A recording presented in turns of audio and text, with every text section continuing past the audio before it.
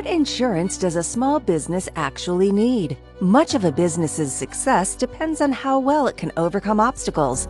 Our agency is here to help guide you through the perils that you likely don't anticipate. Let's take a look at some examples of these perils through Acme Inc. The company had been investing resources to fuel growth, and this made cash flow a little tight.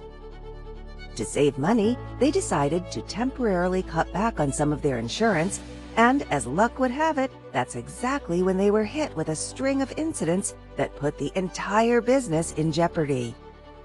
Bad luck case number 1. Members of the Acme Inc. team had been working hard to finalize a sales proposal that was to be presented the following day. Upon completion, they were annoyed to see that the printer was out of ink again. In an attempt to save the day, Julie and Colleen hopped into Julie's car to rush to an office supply store for new cartridges. In her haste, Julie hit another car while she was texting her husband that she'd be home a little late. The other driver and passengers were injured, and their car was totaled. The lawsuit that followed targeted Acme because Julie was acting on behalf of the company when the accident occurred. The hefty legal and judgment costs would have been covered by hired and non-owned auto liability insurance up to purchased policy limits. Bad luck case number 2.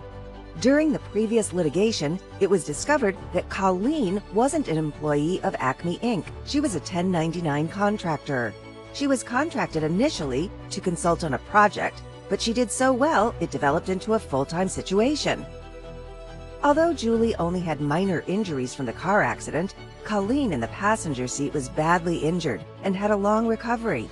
Acme had workers' compensation insurance that covered Julie's expenses, but not Colleen's. The state identified that Acme had misclassified Colleen, and she should have been classified as an employee. This led to hefty penalties for Acme, and they also ended up needing to pay Colleen's medical costs and damages from the lawsuit she later filed. Can you see how some variation of these examples could be applied to your business? Overwhelmed? No worries. We'll guide you through the types of policies that best fit your specific business and what limits make the most sense for each.